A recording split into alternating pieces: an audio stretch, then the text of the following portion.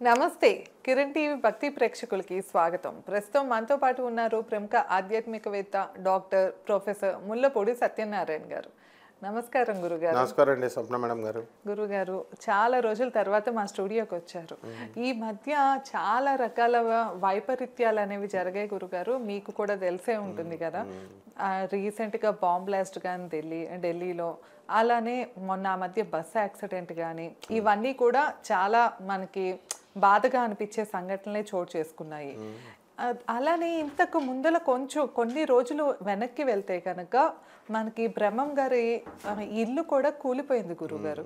అంటే జనరల్గా ఆయన చెప్పిన ప్రెడిక్షన్స్లో చాలా విషయాలు జరిగాయి, మనకి ఇంకా జరుగుతూనే ఉన్నాయి, ఫ్యూచర్లో కూడా చాలా జరుగుతాయని చెప్తూ ఉంటారు.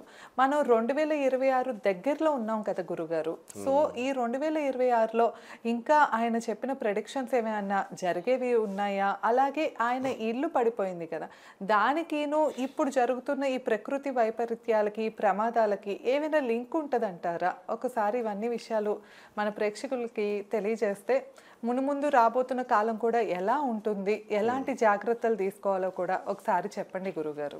డెఫినెట్గా అమ్మ, మనము పోతులూరు వీరబ్రహ్మేంద్ర స్వామి వారు ఫస్ట్గా బ్రహ్మ విష్ణు మహేశ్వరుల అవతారమైన గురు రూపంలో ఉన్నారు కాబట్టి దత్తాత్రేయుడు అవతారం.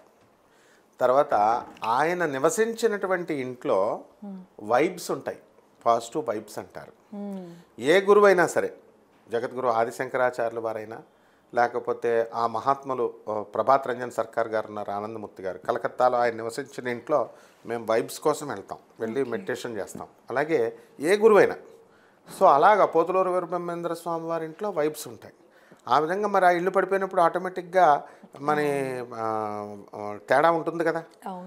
16వ శతాబ్దంలో కట్టినటువంటి ఇల్లు అది.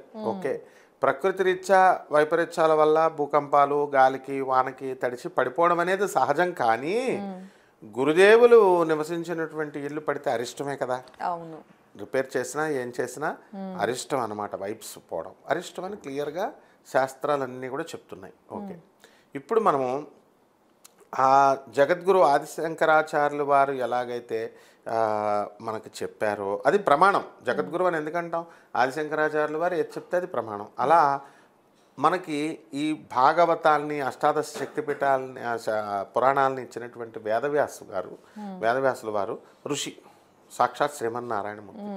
ఆయనేమో 4,32,000 సంవత్సరాల వరకు కలియుగాంతం అని ఆయన చెప్తారు. కానీ ఆయన ఫిగర్ ఎండింగ్ చెప్పలేదు. ఆయన 4,32,000 సంవత్సరాలకి అవుతుందని ఎండింగ్ చెప్పలేదు. అదే ఈ మధ్య కాలంలో అయితే కొంచెం 2032-35 అప్పటికి కలియుగాంతం అని కూడా అంటున్నారు. అది బ్రహ్మంగారి రూల్ ప్రకారం. బ్రహ్మంగారు పోతులూరు వీరబ్రహ్మేంద్ర స్వామి వారు ఇక్కడ తెలుసుకోవాల్సింది ఏంటంటే, ఆయనేమి ఇయర్ ఎండింగ్ అని చెప్పలేదు. కలియుగాంతం ఈ సంవత్సరం ఎండింగ్ అని ఆయన చెప్పలేదు. కలియుగాంతం ఇయర్ ఎండింగ్ అని వేదవ్యాసుల వారు చెప్పలేదు. అయితే మనము లెక్కల ప్రకారము క్యాలిక్యులేషన్స్లో పురాణాలు, పంచాంగాలు ఎలాగైతే అమావాస్య పౌర్ణమిని క్యాలిక్యులేషన్స్ చేసుకుంటామో ఆ విధంగా క్యాలిక్యులేషన్స్ బట్టి యుగానికి ఈ మనువులో వైవస్వత మన్వంతరే అంటాం కదా, ఈ మనువులో మనకి 4,32,000 సంవత్సరాలని మన పండితులు అంచనా వేశారు. అలాగే పోతులూరు వీరబ్రహ్మేంద్ర స్వామి వారు చెప్పిన దానికి ఆయన ఏం చెప్పలేదు ఎండింగ్, పండితులు అంచనా వేసి ఒక్కొక్కళ్ళు 2035 సంవత్సరం అంతమని ఇలా చెప్తున్నారు. బంగాబాబా గారు అయితే 5075వ సంవత్సరంలో అంతమని హిందుస్థాన్ టైమ్స్ లాంటి మంచి నేమ్ ఉన్నటువంటి పత్రికలు కూడా పబ్లిష్ చేశారు. కాబట్టి ఇక్కడ ఒకటి ఏంటంటే అమ్మా, మనకి ఆయుర్దాయము, మనిషి ఆయుర్దాయ పరిమాణము 100 సంవత్సరాలు అన్నారనుకోండి. మంచి ఆరోగ్యంగా ఉంటూ వీడు ఫుడ్ హ్యాబిట్స్ మంచిగా కనుక తీసుకుంటే వీడు ఎక్కువ కాలం బతుకుతాడు. అదే తాగుతూ, సిగరెట్లు తాగుతూ ఇట్లా చేసుకుంటే బాడీ గొల్లయ్యి తొందరగా హార్ట్ అటాక్లు రావడానికి కూడా అవకాశాలు ఉంటాయి, ఒక్కపొడి నమిలిన. మరి అలాగే మనిషి ఆయుర్దాయం ఎలాగైతే తగ్గిపోద్దో, యుగంలో కూడా మనము అధర్మాలు ఎక్కువ చేస్తే కనుక మనకేమవుతుందండి, ఆ యుగం కూడా ఒక పురుషుడే, కాలపురుషుడు, యుగ పురుషుడు అంటాం. ఎన్టీ రామారావు గారిని పెట్టి సినిమా తీశారు యుగ పురుషుడు అని. కలియుగ పురుషుడు అంటాం. ఆ యుగం, ఇప్పుడున్నటువంటి యుగంకి ఆయుర్దాయం తగ్గిపోతుంది. ఇది మెయిన్ పాయింట్. కాబట్టి 4,32,000 సంవత్సరాలని ఏమి ఉండాలని ఏం రూల్ లేదు. అందరూ ధీమాగా మనం 4,32,000 సంవత్సరాల వరకు బతికి ఉంటాం మనం అనుకోవాల్సిన అవసరం లేదు. నెక్స్ట్ ఇక్కడ ఇంకోటి ఏంటంటే, ఆర్ట్ ఆఫ్ లివింగ్ గురువు గారు శ్రీ శ్రీ రవిశంకర్జీ మామూలు చిన్న ఆయన కాదు, ఆయన జగద్గురువులు ఆయన. మరి సాక్షాత్తు బ్రహ్మ విష్ణు మహేశ్వర స్వరూపమే ఆయన కూడా, దత్తాత్రేయ అవతారాలు వీళ్ళంతా. మరి ఆయన తర్వాత మన శివబాబా గారు బ్రహ్మకుమారిస్, ఆయన కూడా చిన్న గురువు ఏం కాదు. మౌంట్ హ్యాబూలో తపస్సు చేసి అక్కడ ఇంటర్నేషనల్ గ్లోబల్ హెడ్ క్వార్టర్స్ పెట్టిన మహానుభావులు వీళ్ళందరూ ఏం చెప్తారంటే కలియుగం అయిపోయింది, సత్యయుగంలోకి వచ్చేసామన్నారు. ఇంకా చాలామంది చెప్పారు, ఒకళ్ళని కాదు. అంటే ఇదేమిట్రా బాబు, 4,32,000 సంవత్సరాలు ఉంటే కలియుగాంతం సత్యయుగంలోకి వచ్చేసింది అని మనం మామూలు జనం కన్ఫ్యూజ్ అవుతారు. అయితే వాళ్ళు చెప్పింది వాస్తవం. కారణం ఏంటంటే ఇప్పుడు మా గురువు గారు ఇక్కిరాల వేదవ్యాస గారు ఐఏఎస్ పిహెచ్డి, ఆయన పిచ్చోడు కాదు కదా, ఐఏఎస్ చేశారు జగద్గురువులు. ఆయన కూడా సాక్షాత్ దత్తాత్రేయుడు అవతారం. ఆయన ఒక ఊపు ఊపేశారు. ఇక్కిరాల కృష్ణమాచార్యులు గారు, ఆయన తమ్ముడైనటువంటి ఇక్కిరాల భరద్వాజ్ గారు షిర్డీ సాయినాథుడి మీద రాశారు. ఆయన తమ్ముడు ఈయన ఇక్కిరాల వేదవ్యాస గారు ఐఏఎస్ పిహెచ్డి. ఆయన కలియుగాంతం 99 అని బుక్ రాశారు. అప్పుడు ఇదేంటి గురువుగారు 99లో కలియుగాంతం అయిపోతుందని రాశారు అని నేను అడిగాను. నాకు మంచిగా క్లోజ్గా ఉండేవారు గురువుగారు. అప్పుడు ఆయన ఏంటి యుగధర్మం అవుతుందని ఆయన అనేక ఉపన్యాసాల్లో చెప్పారు. అది వీరబ్రహ్మేంద్ర స్వాముల వారు కూడా చెప్పారనమాట. అంటే మనకి 1999లోనే మనకి కలియుగాంతం అయిపోయి యుగధర్మం అయిపోయి మనం సత్యయుగంలోకి వచ్చేసాం. అంటే మనందరం మనుషులు ఏం చేస్తున్నారు, వీళ్ళు కలియుగం మొదటి పాదంలోనే ఉంది, ధర్మం ఒక పాదం మీదే ఉంది, ఇంకా మిగతా అంతా అధర్ములు అయిపోతారు మనుషులు, మీరంతా మనుషులు పాపులు అయిపోతారంటే మైండ్కి ఎలా ఉంటుందమ్మా? ఇండ్యూస్ అయిపోయి మైండ్లో మనం ఏమనుకుంటాం, నిజంగానే పాపాత్మలం అయిపోతాం, మనం పాపులు ఇంకా పాపాలు చేయాలి, ఇంకా పాపాలు చేస్తారంటే మైండ్కి ఎక్కేసి నిజంగానే పాపాలు చేస్తాం మనం. ఓకే, కానీ సత్యయుగంలో అయితే మంచి వాళ్ళే మిగులుతారు, మొత్తం అంతా మంచి వాళ్ళమే. ఇప్పుడు మనమే సత్యయుగంలో ఉన్న మంచి వాళ్ళం చెప్తాను. 1999 నుంచి ఉన్న వాళ్ళంతా ధర్మాత్మలు, అంతే, అన్యాయాలు ఏం చేయట్లేదు. అది నేను చెప్తాను లాజికల్గా. ఇప్పుడు నువ్వు పాపివి అంటే నిజంగానే పాపి అయిపోతాం కదా. ఇప్పుడు అందుకని అందరూ ఏంటంటే కలియుగాంతంలో పాపాలు చేస్తావు అంటున్నారు. ఇప్పుడు అది మైండ్కి as you think so you become, ఏదైతే అనుకుంటామో అది అయిపోతాం. యాజ్ యూ సో యూ రిప్, ఏ విత్తనం వేస్తే ఆ చెట్టు అయిపోతాం. అలా మనము కలియుగాంతం ఇంకా ఉంది అంటే అందరూ పాపాలు చేసేసి ఇంకా రేపిస్టులు మర్డరిస్టులు వీళ్ళందరూ తయారైపోతారు. సత్యధర్మం వచ్చేసింది, సత్యయోగం వచ్చేసింది. మనందరం మంచి వాళ్ళం, మన ధర్మానికి నీతివంతులు మాత్రమే మిగులుతారన్నారు. మనందరం నీతివంతులం మిగిలాం. కాబట్టి ఇప్పుడు మన ధర్మం, మన ఆలోచన అంతా కూడా ధర్మంగా ఉంటుంది. As you so you reap, మనం ధర్మం మీద ఉంటున్నామంటే అందరూ ధర్మాత్మలు అవుతారు. మోసాలు చేసేవాళ్ళు కూడా ఆగి మళ్ళీ ఒక కొత్త ఎరా ప్రారంభమైంది, ఎరా ప్రారంభం అవుతుంది, అదే సత్యయుగం. కాబట్టి మనము ఎట్టి పరిస్థితుల్లో కూడా మనకి ఇప్పుడు యుగ ధర్మాలు అనేటటువంటివి మారినాయి. ఇప్పుడు మనుషులు ఎంత కఠినాత్మకుడైనా తీసుకురా అమ్మా నేను చెప్తున్నాను, వాడు పరమ దుర్మార్గుడు ఎవడో ఉండడు. మరి హత్యలు కానీ కొన్ని రాబరీస్ కానీ ఇలా రేపులు కానీ మరి ఇవి జరుగుతున్నాయి కదా గురుగారు. అంటే వీళ్ళు వాళ్ళకి మెయిన్ బ్రెయిన్లో ప్రింట్స్ ఉండిపోతాయి వాళ్ళ పూర్వజన్మ కర్మలను బట్టి. వాళ్ళ శత్రువులు ఎవరైతే వాళ్ళు న్యూటన్స్ థర్డ్ లా ప్రకారము action to every action there is an equal and opposite reaction అని వీళ్ళు ప్రత్యేకించి వాళ్ళనే ఎందుకు చేస్తారు, బయట వాళ్ళని ఎందుకు చేయరు? వాళ్ళ కర్మ సిద్ధాంతం ప్రకారం వాళ్ళు వీళ్ళకి ఎవరైతే హత్యకు గురి కాబడిన వాళ్ళు వీళ్ళకి పూర్వజన్మలో ఏదో చేస్తుంటారు. అందుకని అది యాక్షన్ అదైతే రియాక్షన్ ప్రకారం వాళ్ళనే చేస్తారు, వీళ్ళు బయట వాళ్ళని చేయరు. ఇది ఎప్పుడైతే రియలైజేషన్ వస్తుందో మనకి పోతులూరు వీరబ్రహ్మేంద్ర స్వామి వారు గురుదేవులు ఏం చెప్పారు, ఆదిశంకరులు చెప్పినా ఒకటే చెప్పారు. ఏమన్నారంటే మన మైండ్లో ఉన్నటువంటి ప్రింట్స్ని తప్పించుకోండి. మనం అంతా కూడా ఈ కష్టాలు సుఖాలు అనేటటువంటివన్నీ కూడా ఎన్నో జన్మల నుంచి అక్యుములేట్ అయ్యి వచ్చినటువంటి కర్మలు, ఆ ప్రింట్స్ ఆలోచన సబ్కాన్షియస్ మైండ్లో ఉండిపోయినాయి. దీన్ని ఎప్పుడైతే వైప్ చేసేసామో, దీన్ని ఎప్పుడైతే చెరగొట్టేసామో అప్పుడు ఆటోమేటిక్గా మనకి జన్మరాహిత్యం వచ్చేసింది, మోక్షం వచ్చేసింది. ఇది చెప్పారు. అందువలన పోతులూరు వీరబ్రహ్మేంద్ర స్వామి వారు ఏం చెప్పారు, 1962లో అష్టగ్రహ కూటమి వస్తుందన్నారు. వచ్చింది. వీరబ్రహ్మేంద్ర స్వామి గారి ఇంట్లోనే బనగానపల్లిలోనే ఈ గంటలన్నీ మోగుతాయి అన్నారు. మోగిని నేను సాక్ష్యం కూడా చూపిస్తాను. ఆ రోజు మోగినటువంటి ఆయన అప్పుడు చిన్న ఏజ్లో ఉన్నవాడు ఇప్పుడు ఇంకా బ్రతికే ఉన్నాడు ఆయన. బనగానపల్లిలో కడపలో కూడా చాలామంది ఉన్నారు, చూసినాడు, ప్రత్యక్ష సాక్ష్యం. పంతులు అంతా భయపడిపోయి బయటికి పారిపోయారు. సో బ్రహ్మంగారు చెప్పింది కొన్ని విషయాలు జరగడం కాదు, 100% కాలజ్ఞానం జరిగింది. ఇంకా తాళపత్ర గ్రంథ ఇవన్నీ కూడా అవన్నీ కూడా ఒరిజినల్స్ అన్నీ కూడా ఇంకా ఉన్నాయి బయట. ఎక్కడున్నాయి గురుగారు? అంటే ఆయన రాసిన తాళపత్ర దట్స్ కరెక్ట్ క్వశ్చన్. అది ఆయన రాసినటువంటి తాళపత్ర గ్రంథాలు వాళ్ళ వంశీకుల దగ్గరే కాదు, వాళ్ళ శిష్యులు భక్తుల దగ్గర ఉన్నాయి. అండ్ ఇంకా చెట్టు కింద పాతేశారు. ఆయన రాసినప్పుడు గోవిందమ్మ దగ్గర వాళ్ళ మనవరాలకి ఇచ్చింది. ఆ తర్వాత ఒక ఆ చింత చెట్టు దగ్గర ఎక్కడైతే తపస్సు చేశారో దాని క్రింద పాతేశారు. దాన్ని మనం తవ్వాల్సినటువంటి పరిస్థితి లేదు. వీరభోగ వసంతరాయలుగా తాను వచ్చినప్పుడు ఆ చెట్టులో ఉన్నటువంటి అవన్నీ కూడా పైకి తాళపత్ర గ్రంథాలు వాటంతకు అవే బయటకు వచ్చేస్తాయి అన్నారు. ఇది నగ్న సత్యం. తర్వాత మనకు కన్ఫ్యూజన్ ఉంటుంది, ఏంటి నా వీరభోగ వసంతరాయలు అంటున్నారు, ఆయనేమో కల్కి అవతారం అని వేదవ్యాసుల వారు రాస్తున్నారు, ఈయనేమో వీరభోగ వసంతరాయలు రాస్తున్నారు. అంటే ఆ పేర్లు ఏవైనా ఇద్దరు రాసింది ఒకటే, ఇద్దరు కాన్సెప్ట్ ఒకటే. కల్కియే వీరభోగ వసంతరాయలు, వీరభోగ వసంతరాయలే కల్కి అవతారం.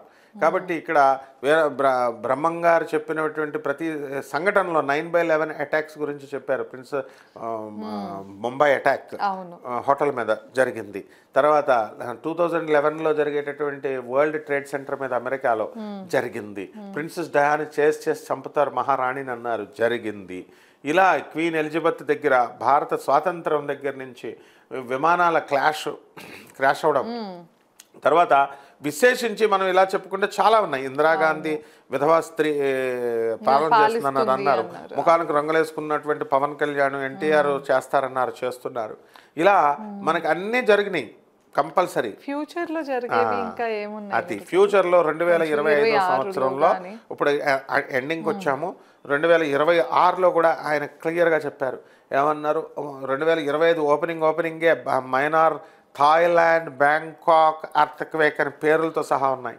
ఆ తాళపత్ర గ్రంథాలన్నీ చూసి నేను చెప్తున్నాను. పండితులు ఇప్పుడు నేను వీడియో చెప్తున్నానంటే ఎంతమంది చూస్తున్నారు.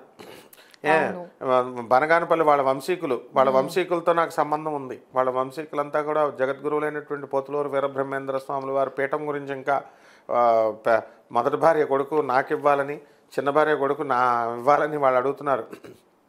వాళ్ళంతా కూడా అందరికీ తెలిసిందే కాలజ్ఞానంలో 2026లో జరగబోయేది ఎర్త్క్వేక్స్. ఈ ఢిల్లీ బాంబు బ్లాస్ట్ గురించి కూడా క్లియర్గా కాలజ్ఞానంలో చెప్పబడి ఉంది. అది ఉగ్రవాదులు చేశారా లేకపోతే ఎవరు చేశారా అది పోలీస్ డిపార్ట్మెంట్ తేల్చుకునేది. ఇలా జరుగుతుంది.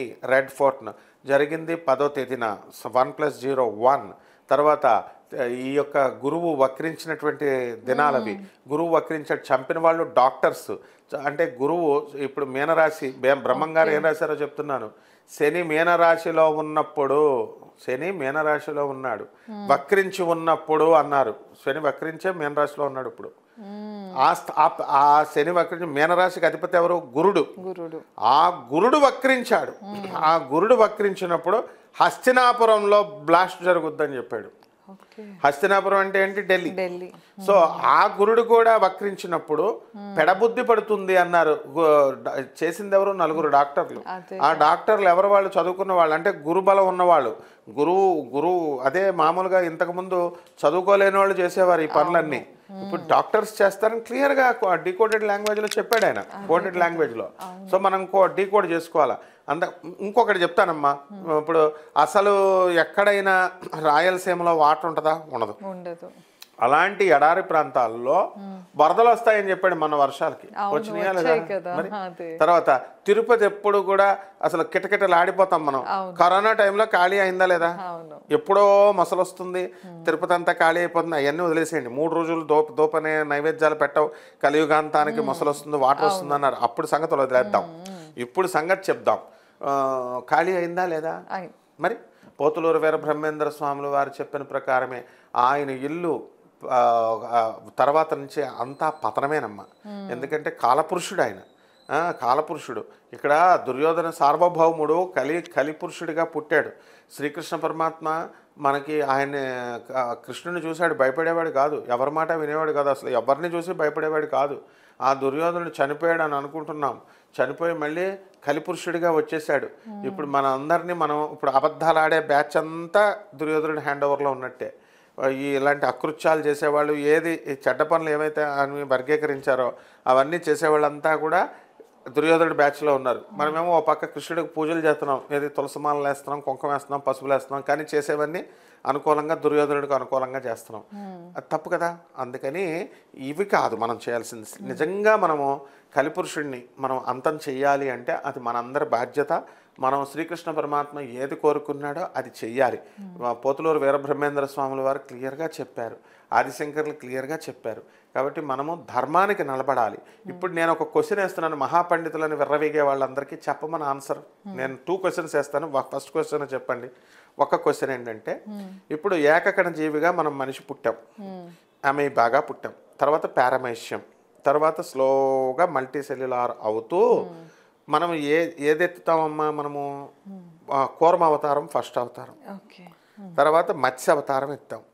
ముందు మత్స్యం, ఎందుకని నీటిలో పుట్టాం, అందరం మన సృష్టి అంతా నీటిలో వచ్చింది. తర్వాత తాబేలు నీటిలోనూ నేల మీద రాస్తుంది, తిరుగుద్ది, భూమి మీదకి వచ్చాం. అలా టార్టాయిస్ నుంచి ఎక్కడికి వచ్చాం, వరాహ అవతారం, కేవలం భూమి మీద ఉండే పంది వరాహం. అలాగా మృగము మనిషి రెండు అలా కలిసి నరసింహ అవతారం. ఇలా సైంటిఫిక్గా మనం చూసుకున్నప్పుడు అన్ని అవతారాలు ఎత్తినప్పుడు ఎవల్యూషన్ అంటే ఏంటి, ఏకకణ జీవిగా ఒక కణంతో ఉన్న జీవి లాస్ట్కి ఏమైందమ్మా, లాస్ట్కి ఏమైంది, మల్టీ సెల్యులార్గా ఉన్న ఫుల్ డెవలప్డ్ సెల్స్ ఉన్నటువంటి మనిషిగా మనం పుట్టాం. అంటే ఒక కణంతో ప్రారంభమైంది, కోట్ల కణాలు ఉన్నటువంటి మనిషిగా మారడానికి ఈ మధ్యలో ఎవల్యూషన్ ప్రాసెస్ ఇన్ని ఎత్తాం. అంతేకాని జంప్ కొట్టామా, ఎక్కడైనా ఎమీబా నుంచి వెళ్ళిపోయి జంప్ కొట్టేసి మనిషి ఎవడన్నా అవ్వగలుగుతాడా, అవ్వలేడు. అలాగే వీళ్ళు కూడా కలియుగాంతానికి ఏం చెప్తున్నారు, సత్యయుగంలో ధర్మం 4 పాదాల మీద ఉంది అని చెప్తున్నారు. తర్వాత త్రేతాయుగంలో 3 పాదాలు అన్నారు, ద్వాపర యుగంలో 2 పాదాలు అన్నారు, కలియుగంలో 1 పాదం మీద అన్నారు. మళ్ళీ రీసైకిల్ అవ్వాలా, 1 పాదంతో ఉన్నటువంటిది మళ్ళీ 4 పాదాలకు ఎలాగెళ్తుంది, 1 పాదం నుంచి 2కి మళ్ళీ వెంటనే ఇమ్మీడియట్ రివర్స్ రియాక్షన్, 2వ పాదం రావాలి. సో కలియుగం తర్వాత మళ్ళీ ద్వాపర యుగం 2 పాదాలు రావాలా, 2 పాదాలు తరిగిన తర్వాత మళ్ళీ రాముడు పుడతాడు, త్రేతాయుగం 3 పాదాలు పుడతారు, 3 పాదాలు పుట్టిన తర్వాత సత్యయుగం వస్తుంది, 4 యుగాలు వస్తుంది. అంటే వేదవ్యాసుడు అబద్ధం చెప్పినట్ట, లేకపోతే ఇప్పుడు ఈ యొక్క సైన్స్ అబద్ధం చెప్పినట్ట?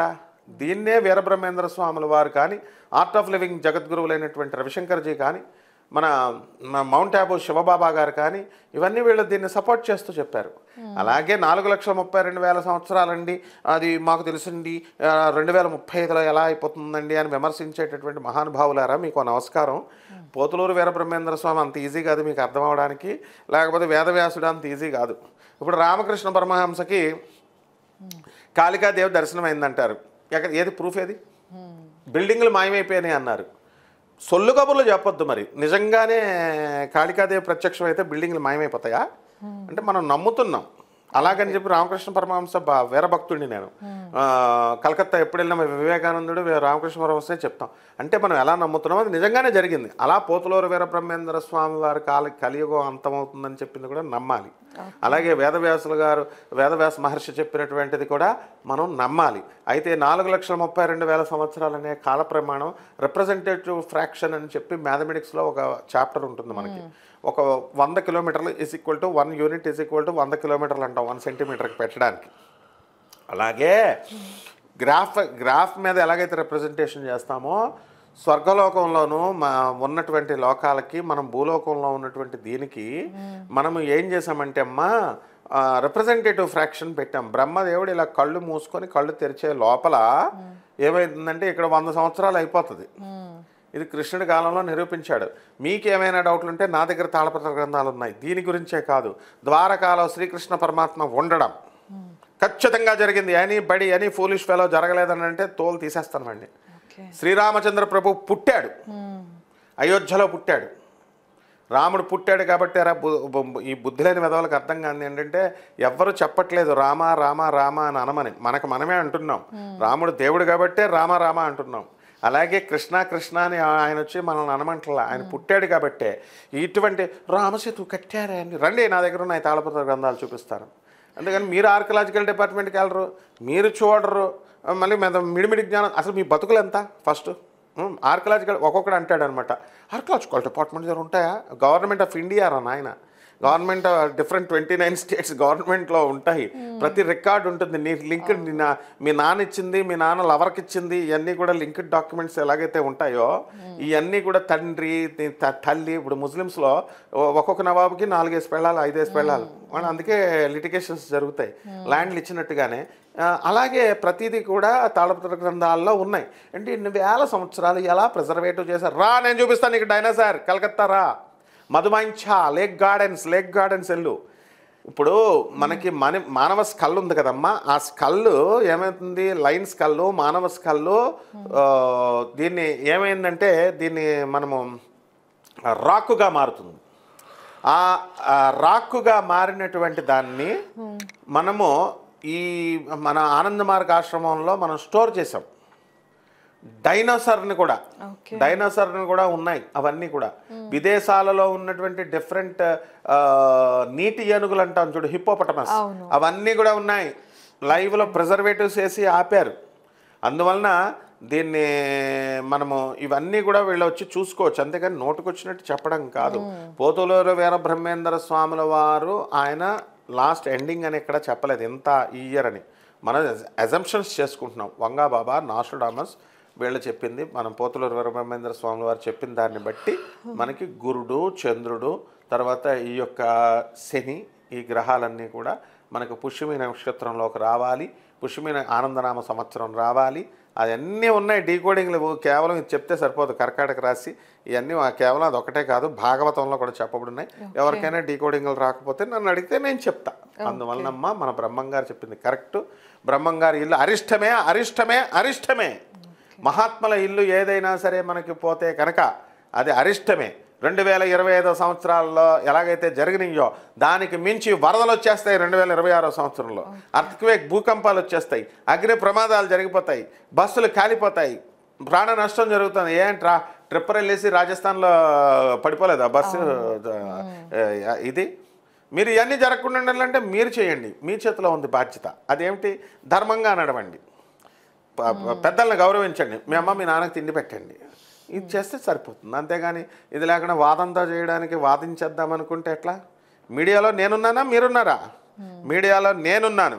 ఎంతో కష్టపడితే స్వప్న మేడం పిలిచి నన్ను ఇంటర్వ్యూ చేస్తోంది. అంతేగాని నాకు ఊరు పేరు లేకపోతే నన్ను ఇంటర్వ్యూ చేస్తుందా, పిలుస్తుందా? రా, మరి నువ్వు బ్రహ్మంగారి గురించి చెప్పేది రాంగు, లేకపోతే ఆ ఇల్లు పాతకాలం 16వ శతాబ్దం కాబట్టి ప్రకృతి వైపరీత్యంగా పడిపోతుంటే రా, స్వప్న మేడం ఇంటర్వ్యూ చేస్తారు నిన్ను. రా, మరి ప్రజలంతా రాత్రి 10:53 కూడా నాకు మందు కొట్టేసి తాగేసి తిడతారు, నన్ను పచ్చి బూతులు తిడతారు. ఎంత దారుణమైన బూతులు తిడతారో ప్రతి ఒక్కళ్ళు కూడా. ఇప్పుడు మీడియాలో ఉన్నటువంటి పాపం మిగతా జ్యోతిష పండితులు కానీ మీడియాలో సోషల్ మీడియాలో ఉన్నటువంటి వాళ్ళందరూ కూడా నేమ్ అండ్ ఫేమ్ వస్తుంది అనుకుంటున్నారు. ఏమీ కాదు. నేము అవసరం లేదు, ఫేమ్ అవసరం లేదు, ఏమీ డబ్బులు కాదు. అండ్ నెక్స్ట్ ఏంటంటే పాపం వీళ్ళందరూ తిట్లు తిని అందరూ కూడా ప్రజలకు ఎంతో కొంత మంచి చెప్పాలనేటటువంటి ధోరణితో కష్టపడుతున్నారు. అది నేర్చుకోండి, జ్ఞానం. నేర్చుకోకపోతే మనం ఏం చేస్తాం? కాబట్టి ఆ విధంగా పోతులూరు వీరబ్రహ్మేంద్ర స్వాముల వారు లింక్ ఉందమ్మా. నువ్వు అడిగిన దానికి 100% మనకు అరిష్టమే. 2026 ఇంకా ఎక్కువ ఉంటాయి. ఎర్త్క్వేక్లు, డిజాస్టర్స్ అన్నీ ఎక్కువ ఉంటాయి. చాలా చక్కగా తెలియజేశారు సార్. సో ఇదేనండి ఇవాళ వీడియో. మీకు ఇంకా ఎలాంటి సందేహాలు ఉన్నా లేకపోతే ఎలాంటి సమస్యతో ఇబ్బంది పడుతున్నా గురువుగారిని సంప్రదించాలి అంటే కింద స్క్రోల్ అవుతున్న నెంబర్కి కాంటాక్ట్ చేయండి. ధన్యవాదాలు. నమస్కారం. నమస్కారం.